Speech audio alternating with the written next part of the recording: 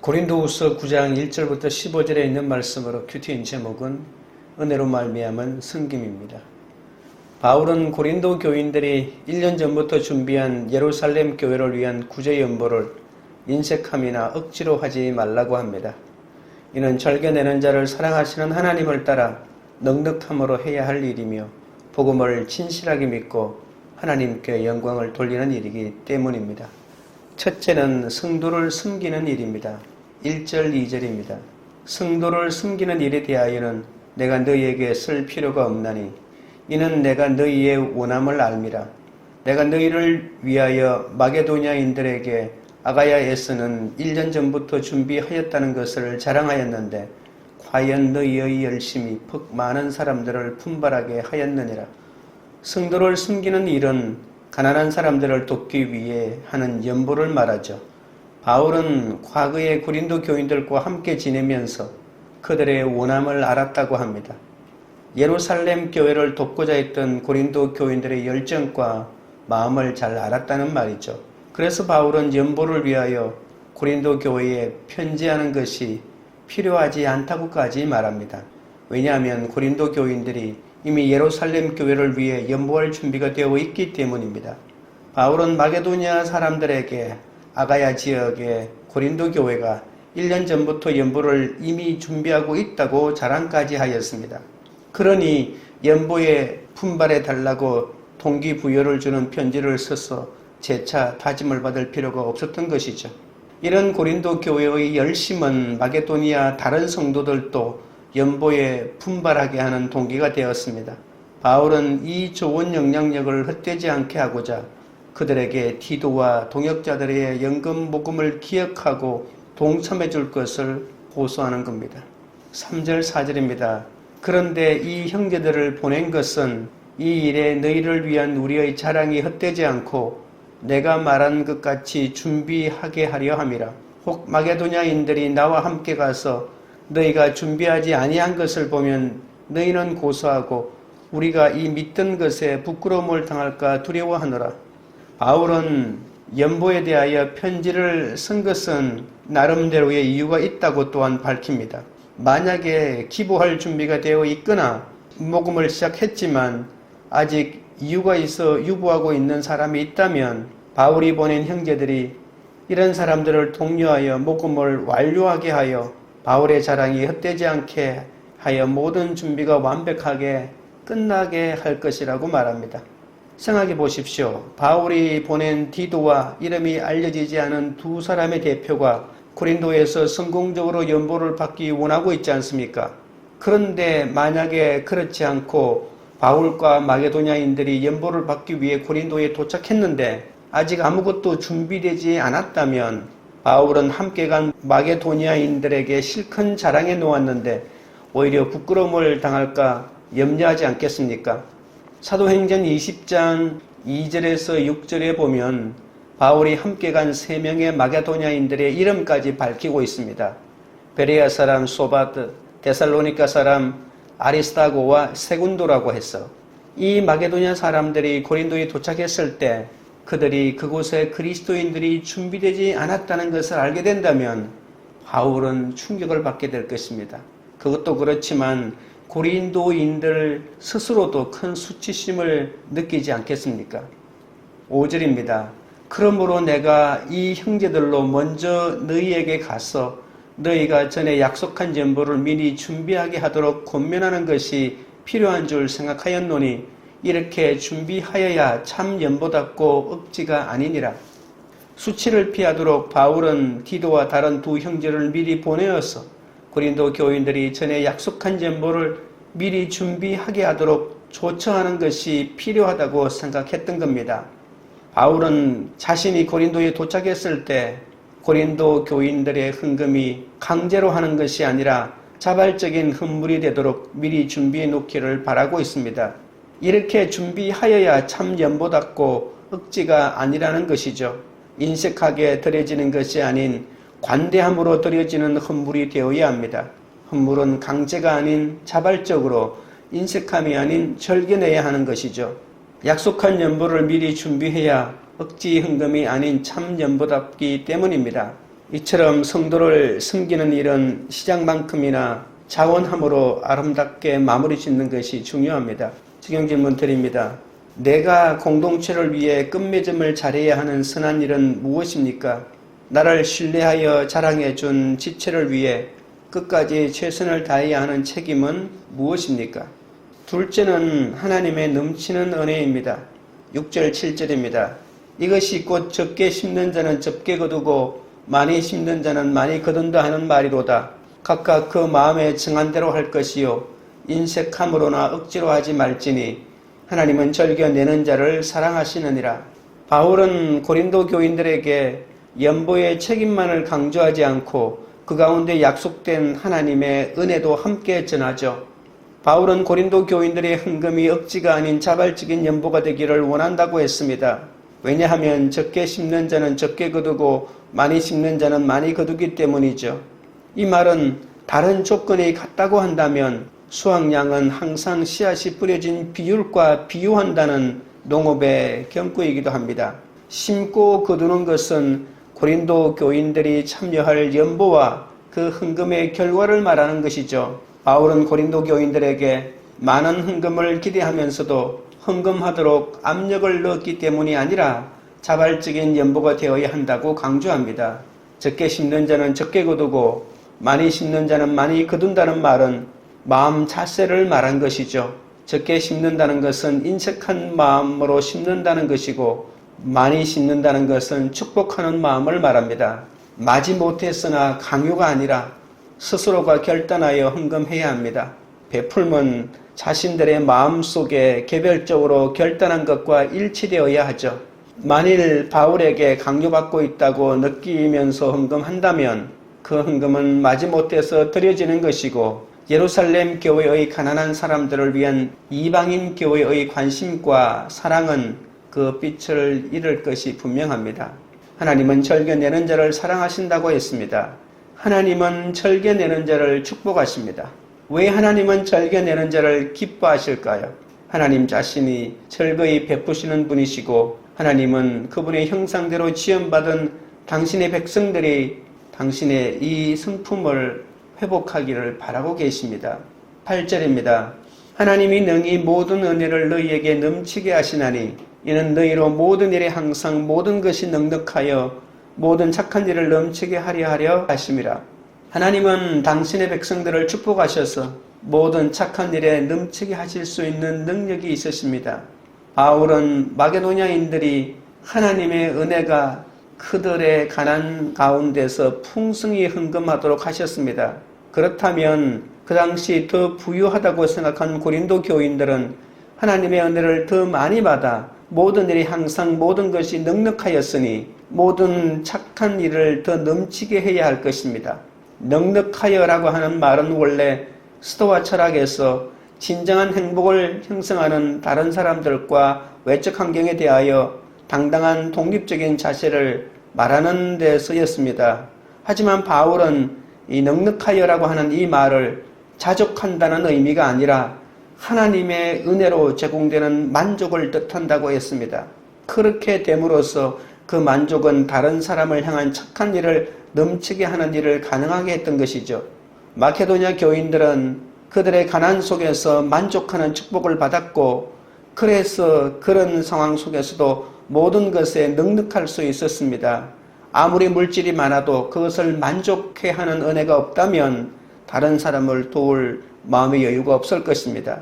고린도 교인들도 상대적인 풍요 속에 충분하고 넘치는 축복을 받았기 때문에 헌금할 수 있습니다. 9절입니다.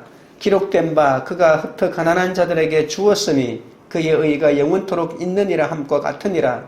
고린도 교인들이 넘치게 헌금하도록 권고하기 위해 바울은 그가 흩어 가난한 자들에게 주었으니 그의 의가 영원토록 있다는 시편 111편 9절의 말씀을 인용합니다. 시편 111편과 112편은 주를 경외하는 자의 받는 축복을 찬양하고 그분의 규례를 기뻐하고 그와 같은 사람은 하나님에 의해 물질의 본영으로 축복을 받고 그에 따라 가난한 자들에게 베푸는 일에 넉넉하게 된다는 것을 말하고 있습니다. 바울은 하나님을 경외하는 자를 모든 착한 일에 넘치게 하시는 사례를 제시하고 하나님의 의에 세워진 그 사람의 의는 영원히 계속된다고 말하고 있는 것이죠. 내게 있는 것을 나누어 줄 수 있는 것에 기뻐하고 감사하면 하나님이 그 모든 착한 일을 넘치게 할 수 있도록 은혜를 부어주십니다. 이처럼 하나님이 재물을 흩어 가난한 이들에게 주심은 하나님의 영광을 나타내는 일이라고 말씀해 주시죠. 지금 질문 드립니다. 나는 구제하는 일에 마지못해 참여합니까? 즐겨 동참합니까? 내가 착한 일을 넘치게 하고자 구원의 손길을 내밀어야 할 지체는 누구입니까? 셋째는 진실한 믿음의 증거입니다. 10절입니다. 심는 자에게 씨와 먹을 양식을 주시는 이가 너희 심을 것을 주사 풍성하게 하시고 너희의 의의 열매를 더하게 하시리니. 바울은 고린도 교인들의 자원하는 연보 모금이 모든 일에 풍성하게 하시는 하나님을 경험하는 일이라고 말합니다. 또한 그 사랑을 받는 성도들에게도 감사가 넘치게 하려는 일임을 강조합니다. 바울은 다시 시편 5편 9절을 인용합니다. 여기에서 심을 것은 씨앗을 말하죠. 바울은 그의 독자들에게 심는 자에게 씨를 공급하시는 하나님께서 또한 그들의 씨를 정식시켜 주셔서 그들의 수확을 늘려주실 것이라고 합니다. 하나님은 고린도 교인들의 재물을 정식시켜 주시고 그들이 그 재물을 사용하여 유대에 있는 그리스도인들의 필요를 채울 때 하나님께서 그 의로운 행동의 효과를 정진해 주신다는 겁니다. 고린도 교인들은 금전적인 연보를 통해 씨를 뿌리게 될 것이고 하나님은 그 의로운 행동의 효과를 정진해 사랑과 감사가 풍성한 열매를 맺는 삶으로 인도하신다는 겁니다. 11절입니다. 너희가 모든 일에 넉넉하여 너그럽게 연보를 하면 그들이 우리로 말미암아 하나님께 감사하게 하는 것이라. 모든 일에 넉넉하여 너그럽게 연보를 함은이라고 하는 말은 마게도냐 교인들의 놀라운 넉넉한 연보는 그들 안에서 역사하시는 하나님 은혜의 결과인 것처럼 하나님이 그들의 넉넉한 연보 때문에 그들을 더욱 풍요롭게 하실 것이라고 믿고 있다는 말이죠. 재물을 많이 가지고 있다고 다 넉넉하게 기부하는 것은 아닙니다. 너그럽게 연보하는 것도 하나님이 은혜를 주셔야만 가능합니다. 바울은 만약에 고린도 교회가 연보를 넉넉하게 많이 한다면 그것을 보는 자신뿐만 아니라 그 연보를 접수하여 예루살렘으로 가져가는 형제들도 얼마나 기뻐하면서 하나님께 감사하겠냐고 말하고 있죠. 구제를 통해 봉사하는 일의 목적은 감사의 충만임을 알 수 있습니다. 12절부터 13절입니다. 이 봉사의 직무가 성도들의 부족한 것을 보충할 뿐 아니라 사람들이 하나님께 드리는 많은 감사로 말미암아 넘쳤느니라. 이 직무로 증거를 삼아 너희가 그리스도의 복음을 진실히 믿고 복종하는 것과 그들과 모든 사람을 섬기는 너희의 후한 전보로 말미암아 하나님께 영광을 돌리고. 봉사라고 하는 말은 국가에 대한 한 시민이 행하는 봉사나 주인에 대한 노예의 봉사를 나타내는 단어를 사용하고 있죠. 구약에서는 제사장이 하나님께 제사 드리는 직무를 말할 때 이 단어를 사용하기도 합니다. 바울은 빌립보서 4장 18절에서 그리스도인의 연보는 하나님이 받으실 만한 향기로운 제물이요 하나님을 기쁘시게 한 것이라고 말한 적도 있습니다. 그리스도인의 헌금은 원조해야 하는 사람들을 도와주는 것뿐이 아니라 하나님을 섬기는 제사장의 직무를 감당하는 봉사와 같다는 것입니다. 그리스도인이 행하는 직무의 궁극적인 목적은 감사가 사람들의 마음에서 하나님께 흘러 넘치게 하는 것임을 알 수 있습니다. 그리스도의 복음을 진실히 믿고 그들과 모든 사람을 섬기는 고린도 교회의 후한 연보는 다른 사람들이 고린도 교인들의 순종으로 말미암아 하나님께 영광을 돌리게 할 것입니다. 이 넉넉한 순종은 하나님이 감동을 주셨기 때문에 일어났고 바로 그 하나님의 성품을 잘 보여줍니다. 고린도 교인들의 헌금은 그들과 다른 모든 사람을 섬기는 일이기 때문입니다. 이런 구제는 복음을 믿는 신앙의 진실함을 증거하고 그 복음에 순종하는 모습을 나타내 줍니다. 14절 15절입니다. 또 그들이 너희를 위하여 간구하며 하나님이 너희에게 주신 지극한 은혜로 말미암아 너희를 사모하느니라. 말할 수 없는 그의 은사로 말미암아 하나님께 감사하노라. 바울은 고린도 교인들이 기부하게 될 헌금의 효과를 계속하여 예견하면서 유대인 그리스도인들과 이방인 그리스도인들 사이에 형성되고 있는 새로운 관계를 보여줍니다. 이방인 그리스도인들 안에서 실제하는 하나님의 지극한 은혜를 목격한 이방인 그리스도인들은 그들을 위하여 간구하고 사모하게 될 것입니다. 그리스도의 은혜는 우리가 부유하게 되도록 우리를 위하여 가난하게 되심 안에서 드러났다는 사실을 아셔야 합니다.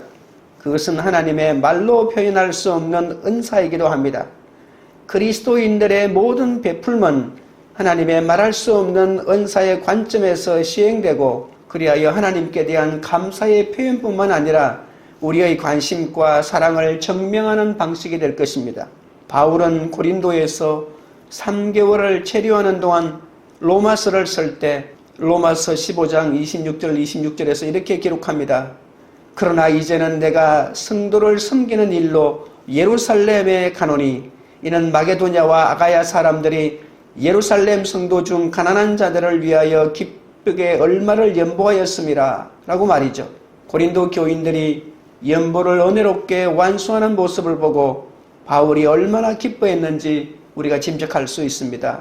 이런 섬김은 성도가 서로를 위해서 간구하며 서로 간에 사모하게 하는 끈끈한 연결고리가 되기 때문에 감사가 넘치게 되는 것이죠. 진실한 믿음은 공동체의 필요를 채울 뿐만이 아니라 충만한 감사 속에서 그것이 일어나게 만들어줍니다. 적용 질문 드립니다. 복음을 믿는 나는 신앙의 진실함을 나타내는 구제의 헌신을 하고 있습니까? 내 곁에 도움이 필요한 지체는 누구이며 어떻게 돕고 있습니까? 기도드리겠습니다. 하나님 아버지, 사랑하며 섬길 수 있는 가족과 공동체를 허락하신 하나님의 은혜를 찬양합니다. 주님은 헌금을 드릴 때마다 인색하게 드리지 말고 관대함으로 드려야 한다고 했습니다. 그런데 저는 헌금을 자발적으로 드릴 때보다 강제와 인색함으로 드릴 때가 많았사오니 용서하여 주시옵소서. 약속한 연보를 미리 준비하여 억지 헌금이 되지 않고 참 연보가 될 수 있도록 인도하여 주시옵소서. 자신에게 있는 것을 나누어 줄 수 있는 것에 기뻐하고 감사하면 하나님이 그 모든 착한 일을 넘치게 할 수 있도록 은혜를 부어주신다고 하셨습니다. 제 소유를 사랑으로 나눌 수 있는 지체가 있음을 감사하게 하시고 하나님의 넘치는 은혜를 따라 즐거운 마음으로 구주에 동참할 수 있도록 붙들어 주시옵소서. 재물을 흩어 가난한 이들에게 주므로 하나님의 영광을 나타내게 하여 주옵소서. 섬김은 성도가 서로를 위해 간구하며 서로를 사모하게 하는 끈끈한 연결고리가 되기에 감사가 넘친다고 하셨습니다. 이 섬김과 사랑으로 우리의 믿음의 진실함을 나타낼 수 있도록 도와주옵소서. 진실한 믿음으로 공동체에 늘 충만한 감사가 있게 하여 주옵소서. 광교우리들 교회가 시작한 선한 일에 건배점을 잘하는 공동체가 되게 하옵소서. 각자가 나를 신뢰하여 사랑해준 지체를 위해 끝까지 최선을 다하며 책임지는 공동체가 되게 하옵소서. 남을 구제하는 일에 마지못해 참여하는 것이 아니라 즐겨 동참하게 하시고 착한 일을 넘치게 하고 도움의 손길이 필요한 자에게 도움을 내미는 그런 공동체가 되게 하옵소서. 복음을 믿고 신앙의 진실함을 나타내는 구제의 헌신을 마다하지 않고 하나님의 은혜로 섬김을 다하는 그런 공동체가 되도록 역사하여 주시옵소서. 예수 그리스도 이름으로 기도드리옵나이다. 아멘.